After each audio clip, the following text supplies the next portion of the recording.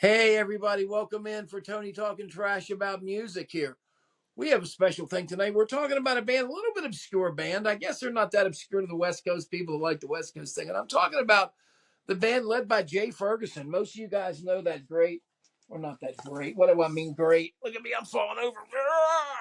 What that band from California that had did it out on Thunder Island. Obviously, a huge Beach Boys, obviously big Beach Boys fans. I am surprisingly here to report that I don't think they're that bad of a band, and they're one of the few bands where I really believe a lot of times when you get bands out here, and you had ones right out of the gate, like Jo Jo Gunne right out of the gate had that hit "Run Run Run." I remember hearing that when I was a young kid. But they were around the Los Angeles scene. They clearly had the West Coast thing happen. They clearly had a little bit of the Eagles thing, a little bit of the Brian Wilson thing, everything mixed up together. Jay Ferguson was it, but there are two other brothers, Mark and Matt Andes. One of the guys quit after the first record. I think it was the bass player, and then the guitar player quit before the last record. And it's funny with this band. I'm not going to really count the one that they did when they got back together in 2005, called Big Chain. But I'm going to talk about all the ones they had, and every single record they had at least charted in the United States. They really didn't get much play outside of here. I don't know what Jay ended up getting with Thunder Island and some of the other stuff that he ended up having later, but he was the guy that wrote the lion's share of the stuff, and he kind of towed the line. And I think it's interesting that when you look at this band and you look at what happens they basically Mark Andy left after the first record of Falling Out with his brother, replaced by this guy Jimmy Randall, and Jimmy Randall was a guy that then played for a while. These guys all ended up migrating out of here through Spirit. This was a band people from Spirit came, and even when the guitar player was replaced, when Andy's was replaced at the end, they moved him in from somebody else. Now you know this guy Smith, Curly Smith, ended up playing with different people. Spirit, the one guy joined Firefall, and Hart, the bass player, Mark Andy. So these guys had long careers in the industry. But when we're talking about this, which is interesting, I think this band serves as a funny example here to me about it. It really. Yeah, and they started off as a band playing the West Coast scene, getting the tours they could, opening up for Eagles, opening up for some of these other folks, and getting what scraps they had. Surprisingly, they were signed to David Geffen's Asylum Records. He put out 4 records on Asylum. I'm going to talk about all 4. And let's talk about them in the order. At number 4, shockingly, I'm going to tell you something that doesn't happen very often here, folks. But their number 4 and their worst record, in my opinion, is their debut record, Jo Jo Gunne. This is the original band. A lot of times, this is your thing with your songs that come up.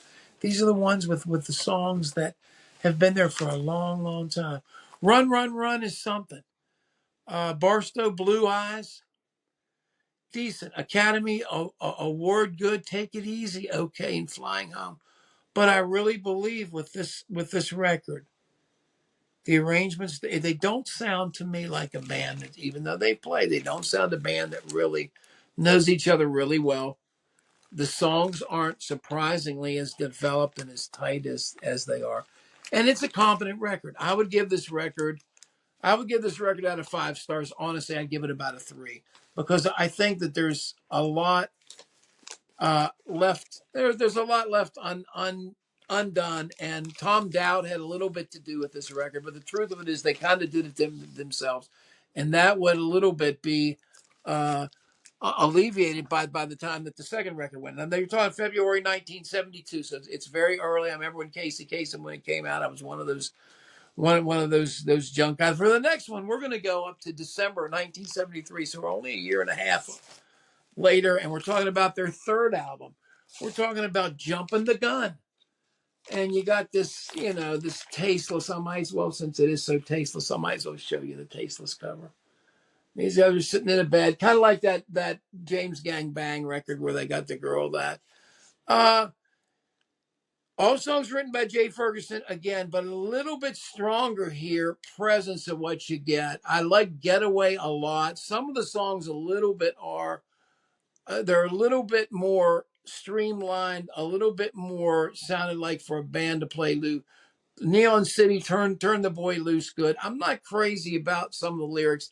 Some of the lyrics I feel on this particular one kind of went down the tubes. And even though it's supposed to be rock, playing loud, you got Bill Smithmick who did the same guys the Eagles who ended up doing the production here. So and it sounds brighter and it sounds better. I have to spot a decent tune, but again, I don't feel like at this time things had really yet come together. I think that there's a little bit of slippage from this, and that's why I'm going to tell you now what my favorite one is for number 2.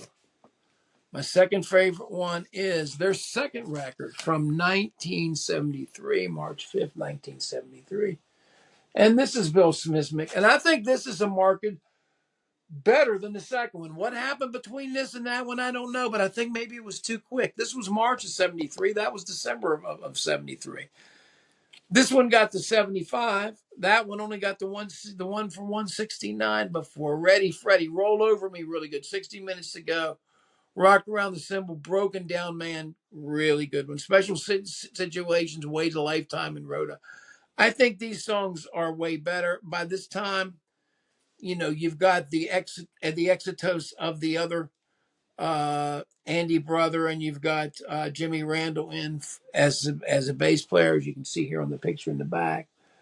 This is them really trying to put it together, and I love this record. Again, I got another white label promo here, but I think this is an important record. I would give this a substantial bump over the other one. I think this is more direct. I think they got a little bit more unfocused in the arrangements, maybe too bit elaborate, a little bit too much reverb, a little bit too much studio trigger, which a lot of times doesn't fit a band like this real good. A band like this, I think, is served better with a short thing that happens. And so that's going to lead me into my shocker for the day. But my favorite record by Jo Jo Gunne is the last one, man. It's 1974. This one right here, man. So where's the show? This one, guys, as far as it is, and you're not going to hear me say this much. You might hear Martin and Martin Popoff and Pete say heavy, heavy, heavy. Talk about heavy. Well, this is heavy, man. This is heavy, way heavier than the other ones. And this guitar player in here, this guy's name is John Staley. He came also from Spirit, and his sound with the guitar is the missing link. Why?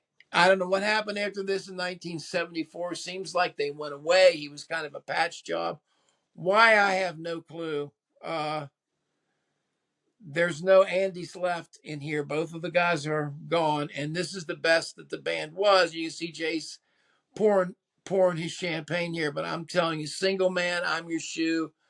S&M Boulevard, little silly line here, but Into My Life, Around the World, Falling Angel, man. This record has a sheen and has a sound to it and has a depth to it and rocks on a level that I wish could have continued. And I know that Jay just parlayed this into not too long when this was done. This was 74, so what was he, a year or two away from Thunder Island, his big hit with this. But I'm just saying right here, this was a hell of a band. Hopefully he took those guys with him. I don't have that other stuff that he had after, and I can't really tell you that. I'm hoping to say that he did, because some of the sound of this is really fantastic.